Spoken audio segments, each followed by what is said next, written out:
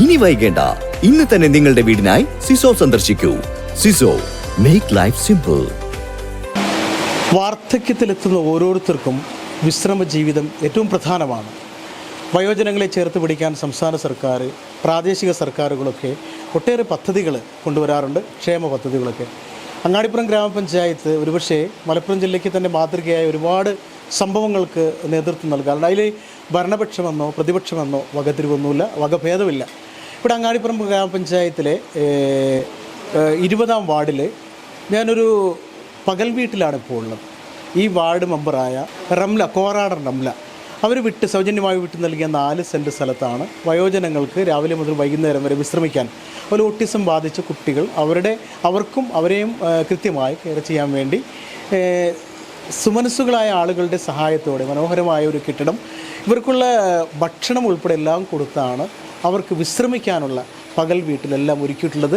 ഇതിന് പ്രധാനമായിട്ട് സ്ഥലം വിട്ടു നൽകിയ, ഇതിനെല്ലാത്തിനും എപ്പോഴും ഇതിൻ്റെ പിന്നാലെയുള്ള കോറോടൻ റംല, ഇതിൻ്റെ സെക്രട്ടറി കൂടിയാണല്ലേ, കോറോടൻ റംല നമ്മോടൊപ്പമുണ്ട്.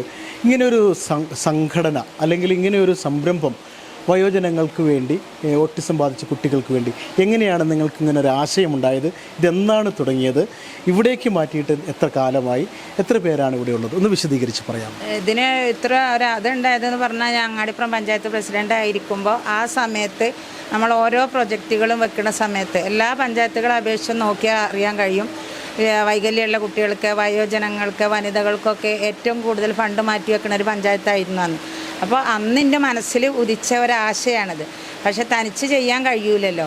അപ്പോഴാണ് ഞങ്ങളെ ഇതിൻ്റെ നേരത്തെ ഉണ്ടായിരുന്ന മാനേജിങ് ട്രസ്റ്റിയായ ഉസ്മാ മാഷ ശിവശങ്കരനെ ഇനി വന്ന് കണ്ട് ഇങ്ങനെ വന്ന കാര്യങ്ങളൊക്കെ ചോദിച്ച് നമുക്ക് ഇങ്ങനെ കാര്യങ്ങൾ ചെയ്യുക എന്നുള്ള ആ തീരുമാനത്തിൽ ഒരു പാലിയേറ്റീവും കൂടി ആവാമെന്നുള്ളതായത്. അപ്പോൾ തിരൂർക്കാട് വേറൊരു പാലിയേറ്റീവ് ഉള്ളതിൻ്റെ അടിസ്ഥാനത്തിൽ പാലിയേറ്റീവ് വേണ്ട, നമുക്ക് ഇത്തരത്തിലുള്ളൊരു സംഗമവുമായി മുന്നോട്ട് പോകാമെന്നുള്ള രീതിയിൽ 2017 മുതൽ തുടങ്ങി 2018 അത് രജിസ്റ്റർ ചെയ്ത് അന്ന് മുതൽക്കാണ് ഇങ്ങനെ പകൽ വീട് തിരൂർക്കാട് ആരംഭിച്ചത്.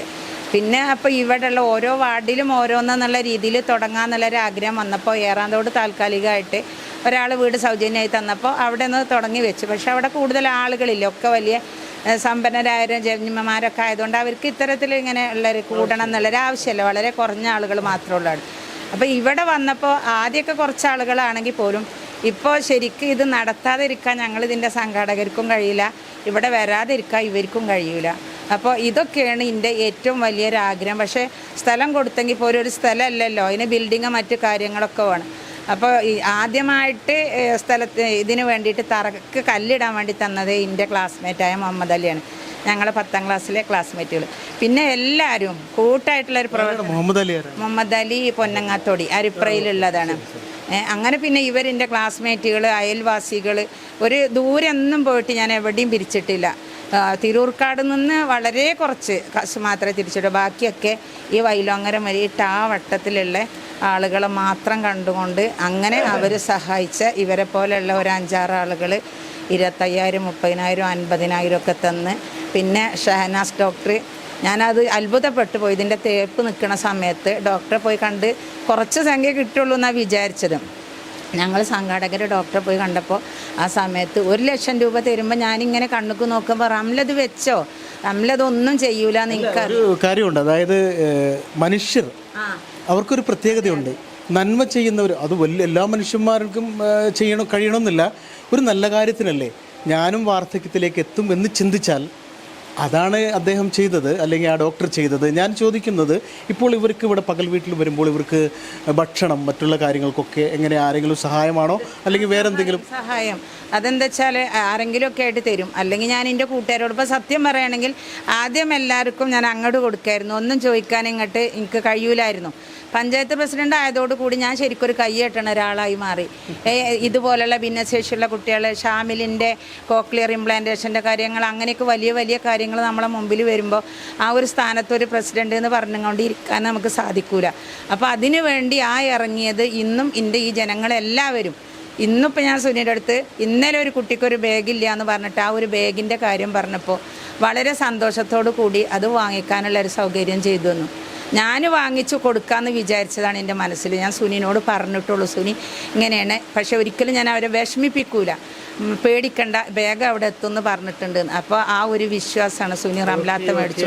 ഏതായാലും ബാഗ് മാത്രമല്ല, എല്ലാ കാര്യങ്ങളിലും ഇങ്ങനെ നിങ്ങളുടെ സഹപാഠികൾ അല്ലെങ്കിൽ നിങ്ങളെ അറിയുന്ന ആളുകളൊക്കെ ഒപ്പമുണ്ടെന്ന് വലിയ ആശ്വാസമല്ലേ? എന്ത് പേര്? സുനിൽ. അതായത് ഇപ്പോൾ മുൻ പഞ്ചായത്ത് പ്രസിഡൻ്റായിരുന്നു, ഇപ്പോൾ ഈ വാർഡിൻ്റെ മെമ്പറാണ്. നിങ്ങളുടെയൊക്കെ വലിയ സഹായം തന്നെയാണ് ഇങ്ങനെയൊരു സംഭവം മുന്നോട്ട് കൊണ്ടുപോകുന്നത്. ശരിക്കും നമ്മളൊക്കെ സ്വയം തീരുമാനിക്കുന്ന ഒരു കാര്യമാണ്. ഞാനും വയസ്സാവും, അങ്ങനെ തീരുമാനിച്ചു കഴിഞ്ഞാൽ ചെയ്തു പോകും. ഇതിനെക്കുറിച്ച് എന്താണ്? തീർച്ചയായിട്ടും നമ്മുടെ നാട്ടിൽ ഒരാളിങ്ങനെ മുൻകൈയെടുത്ത് കാര്യങ്ങൾ ചെയ്യുമ്പോൾ നമ്മളും കൂടെ ഉണ്ടാവും 100%. പേര്? നവാസ്. ഖാദർ അലി ക്ലബിൻ്റെ എന്തോ ഭാരവാഹിയാണ്. ഈ ഒരു സംരംഭവുമായിട്ടുള്ള താങ്കളുടെ ഒരു ബന്ധം പറയും. ഇതെൻ്റെ കൂട്ടുകാരി ഒപ്പം പഠിച്ച ആളാണ് റംല. അതങ്ങനെ വിളിച്ച് ഓരോന്ന് പറയുമ്പോൾ കഴിഞ്ഞ സഹായങ്ങളൊക്കെ ചെയ്തു കൊടുത്തിരുന്നു എല്ലാവിധത്തിലും. അതുപോലെ ഞങ്ങൾ SLC ബാച്ച് കൂടുമ്പോൾ ഇവിടെ വെച്ചാണ് ഇവരൊക്കെ കൂട്ടിയിട്ടാണ് ഞങ്ങൾ കൂടാറുള്ളത്. അങ്ങനെയൊക്കെ അവസരങ്ങൾ ഉണ്ടാവാറുണ്ട്. അപ്പോൾ ഇന്നിപ്പോൾ അതുപോലെ ഭക്ഷണം കൊടുക്കാൻ നേരിട്ടിട്ടുണ്ട്. അപ്പോൾ അത് കാരണം ഒന്ന് വന്നതാണ് ഇവിടെ. എന്ത് പേര്? എൻ്റെ പേര് ജോയി. ഈ പകൽ വീട് ഇതൊരു വലിയ ആശ്രയമാണ്. ഇവിടെയുള്ള സാധാരണക്കാരായ വാർദ്ധക്യത്തിലെത്തിയ ഒരുപാട് പേർക്ക് ഒരു ആശ്രയമാണ്. ഇതിനെക്കുറിച്ചൊന്ന് ചെറിയ ചുരുങ്ങിയ വാക്ക്. തീർച്ചയായിട്ടും ഇത് പ്രത്യേകിച്ച് അറിവ് കഴിഞ്ഞ ആൾക്കാർ, സീനിയറായ ആൾക്കാർക്ക് വളരെ സാന്ത്വനം നടത്തുന്ന ഒരു കാര്യസ്ഥലം തന്നെയാണ് ഇവിടെ. ഞങ്ങളെല്ലാ ബുധനാഴ്ചയും കൂടുന്നുണ്ട്. ഞാൻ ഡിപ്പാർട്ട്മെൻറ്റിൽ പെൻഷൻ പറ്റിയ ആളാണ്. ഞാൻ സത്യം പറഞ്ഞാൽ പെൻഷൻ പറ്റി കഴിഞ്ഞപ്പോൾ എനിക്ക് എന്ത് ചെയ്യണമെന്ന് അറിയില്ല, സമയം പോണില്ല. അപ്പോൾ അന്നേരമാണ് പിന്നെ മെമ്പർ ഇങ്ങനെ കുറേ കാര്യങ്ങൾ ചെയ്തിട്ടുണ്ട്, നമുക്ക് ഇവിടെ കൂടാമെന്ന് പറയും. അങ്ങനെ ഇവിടെ വന്ന് പാട്ട് പാടി, ഡാൻസ് കളിക്കുന്നു, പ്രസംഗിക്കുന്നു, കാര്യങ്ങൾ പറയുന്നു, മരുന്നുകളെക്കുറിച്ച് ആൾക്കാർക്ക് പറഞ്ഞു കൊടുക്കുന്നു. അപ്പോൾ ഞങ്ങളെല്ലാവരും ഇവിടുത്തെ ഒരു അംഗങ്ങളാണ്. ഞങ്ങൾക്ക് ഒരു ദിവസം ഒരു ബുധനാഴ്ച വന്നില്ലെങ്കിൽ പ്രയാസമാണ്. വളരെ സന്തോഷമാണ്, സമാധാനവും സന്തോഷവും ഉണ്ട് ഇവിടെ വന്നതിൽ. ഏതായാലും ഇവരൊക്കെ ഉണ്ടല്ലോ, ഇവരോട് ചോദിക്കട്ടെ. അമ്മച്ചി, ഈ പകൽ വീട്ടിലേക്ക് വരുമ്പോൾ എന്താണ് നിങ്ങൾക്കുണ്ടാകുന്ന ഒരു സന്തോഷം? എനിക്ക് സന്തോഷം. എനിക്ക് ആരുമില്ല, ഞാൻ തനിച്ചുള്ളൂ. എനിക്ക് റംലാത്തയാണ് വീടുണ്ടാക്കി തന്നത്. ശിവശങ്കരനും റംലാത്തയാണ് വീടുണ്ടാക്കി തന്നത്. ഞാനിപ്പോൾ മഞ്ചേരി ആസ്പത്രിയിൽ അഡ്മിറ്റായിരുന്നു. ഇവരെല്ലാവരും അവിടെ വന്ന് എനിക്ക് എന്ത് സഹായം വേണമെങ്കിലും ചെയ്തു തരുമായിരുന്നു. അപ്പോൾ ഒരു വലിയ, അതായത് റംലാത്ത, നിങ്ങളൊക്കെ റംലാത്ത മാത്രമല്ല ഇവരെല്ലാം അങ്ങ് ചേർത്ത് പിടിക്കുകയാണ്. അതെ, വിടില്ല എന്ന് പറഞ്ഞിട്ട് ചേർത്ത് പിടിക്കുകയാണ്. അമ്മയുടെ പേരെന്തുവാ? എൻ്റെ പേര് ശാന്ത. എവിടെ വീട്? വലമ്പൂര്. ഉമ്മയുടെ പേരെന്താ? പാത്തുമ്മ. എവിടെ വീട്? ഇവിടെ തന്നെയാണ്. അപ്പൊ ഈ സ്ഥലത്ത്, ഈ വാർഡിൽ തന്നെ, ഈ സ്ഥലത്ത് വീട്ടിലെ ആള് എല്ലാവരും ഉണ്ടോ? ഇല്ല, 3 പെൺകുട്ടികളാണ്. ഒരേ കല്യാണം കഴിഞ്ഞാ. ഞാൻ സ്വന്തം. ഇതൊരു ആശ്രയമാണ് ഇപ്പോൾ ശരിക്കും, അല്ലേ? എൻ്റെ പേര് വാഹിദ. ഞാൻ 4 വാർഡിലെ മെമ്പറാണ്. ഇതിൻ്റെ എക്സിക്യൂട്ടീവ് മെമ്പറും കൂടിയാണ്. എന്തായാലും ഞങ്ങളെ ആഗ്രഹം നല്ല രീതിയിൽ ഇത് മുന്നോട്ട് കൊണ്ടുപോകണം എന്നാണ്. ഇപ്പോൾ ഓരോ ദിവസവും ഓരോ ആഴ്ചയും ഇവിടെ വരുമ്പോൾ വയോജനങ്ങളെ മുഖം, അതേമാതിരി നിങ്ങൾ പറഞ്ഞ പോലെ തന്നെ അവരുടെ സന്തോഷം, അവരുടെ പൂർവ്വകാല അനുഭവങ്ങളും ഒക്കെ പങ്കുവെച്ചും കൊണ്ടുള്ള ഒരു സന്തോഷ പ്രകടനം. ഒരു ദിവസം അവർ വന്നിട്ടില്ലെങ്കിലാണ് അവർക്ക് വിഷമം ഇപ്പോൾ നേരത്തെ അവർ പറഞ്ഞു. അപ്പോൾ എന്തായാലും നല്ല രീതിയിൽ ഇതിന് എല്ലാവരുടെയും സഹായത്തോടു കൂടി നല്ല രീതിയിൽ മുന്നോട്ട് കൊണ്ടുപോകണം എന്നാണ് ഞങ്ങളെ ആഗ്രഹം. എന്നും റംലാത്ത ഞങ്ങളൊപ്പം ഉണ്ടെങ്കിൽ ഇത് നല്ല രീതിയിൽ മുന്നോട്ട് കൊണ്ടുപോകുന്നു ഞങ്ങൾക്ക് 100% വിശ്വാസമുണ്ട്. ഞങ്ങൾ 10 അംഗങ്ങളാണ്. ഉസ്മാൻ മാഷാണ് ചെയർമാന്, പിന്നെ വൈസ് പ്രസിഡന്റ്, ആദ്യം നേരത്തെ മാനേജിംഗ് ട്രസ്റ്റി അങ്ങനെയായിരുന്നു. ഇപ്പം അങ്ങനെയല്ല, ഉസ്മാൻ മാഷ് ചെയർമാൻ. ഇതൊക്കെ ചെയർമാനാണെങ്കിൽ പോലും വർക്കിംഗ് ചെയർമാനായിട്ട് ഉസ്മാൻ മാഷാണ്. പിന്നെ ഞാൻ സെക്രട്ടറി, ട്രഷറർ ശിവശങ്കരൻ, പിന്നെ ഞങ്ങളതിൽ ശാരദ, സുധ, അനിത, വാഹിദ, റാബിയ, മുസ്തഫാക്ക, ഇങ്ങനെയുള്ള അംഗങ്ങളായിട്ടാണ് ഞങ്ങൾ മുന്നോട്ട് പോകുന്നത്. ഇത്തരം നന്മകളാണ് എല്ലായിടങ്ങളിലും വേണ്ടത്. നമ്മുടെ വാർഡ് തലത്തിലും വേണ്ടത് ഇങ്ങനെ തന്നെയാണ്. ജനകീയ കൂട്ടായ്മകൾ ഉണ്ടാകണം. വീടുകളിൽ വാർദ്ധക്യത്തിലെത്തിയ ഒരുപാട് പേരുണ്ട്. അതായത് വയസ്സായിട്ട് അവരെ നോക്കാൻ കഴിയാത്ത, എല്ലാവരെയും കുറ്റം പറയാൻ പറ്റില്ല. മക്കൾക്ക് പക്ഷേ അവർക്ക് ജോലിക്ക് പോകണം, അവർക്ക് പരിമിതികളുണ്ടാകും. കൊച്ചുമക്കൾക്ക് പഠിക്കാൻ പോകണം, അങ്ങനെ പരിമിതികളുണ്ടാകും. എല്ലാവരും ഈ വാർദ്ധക്യത്തിലെത്തിയ അച്ഛനമ്മമാരെ അല്ലെങ്കിൽ ഉമ്മ-ബാപ്പമാരെ എല്ലാവരും തഴയുന്നതാണ് എന്ന് നമുക്ക് പറയാൻ പറ്റില്ല. അവരുടെ പരിമിതികൾ അവരുടെ ജീവിത തിരക്ക് കൊണ്ടാണ്. പക്ഷേ ഇങ്ങനെയുള്ള സ്ഥലം, ഇങ്ങനെയുള്ള പകൽ വീടുകളൊക്കെ എല്ലായിടത്തും ഉണ്ടെങ്കിൽ അവർക്ക് വന്നിരിക്കാൻ, അവർക്ക് തമാശ പറയാൻ, പരസ്പരം പരിചയം പുതുക്കാൻ, പാട്ട് പാടാൻ, അവസാനം അവർക്ക് വൈകുന്നേരം വരെ ജീവിതത്തിൽ മറക്കാനാവാത്ത അനുഭവങ്ങൾ ഉണ്ടാക്കാൻ കഴിയുന്ന സ്ഥലങ്ങളാണ് ഇത്തരം സ്ഥലങ്ങൾ, ഈ പകൽ വീട്. അത് മറ്റുള്ളവരും കൂടി, ഇപ്പോൾ നേരത്തെ റംലാത്ത പറഞ്ഞ പോലെ പഞ്ചായത്ത് പ്രസിഡന്റ് ആയിരിക്കുമ്പോഴാണ് എനിക്ക് മറ്റുള്ളവരുടെ നേരെ കൈനീട്ടേണ്ട അവസ്ഥ വന്നെന്ന് പറഞ്ഞത്. ഇപ്പോഴും അവരൊരു ജനപ്രതിനിധിയാണ്. അപ്പോൾ എല്ലാ സുമനസ്സുകളും ഇങ്ങനെയുള്ള സംരംഭങ്ങളെ ചേർത്ത് പിടിക്കുക.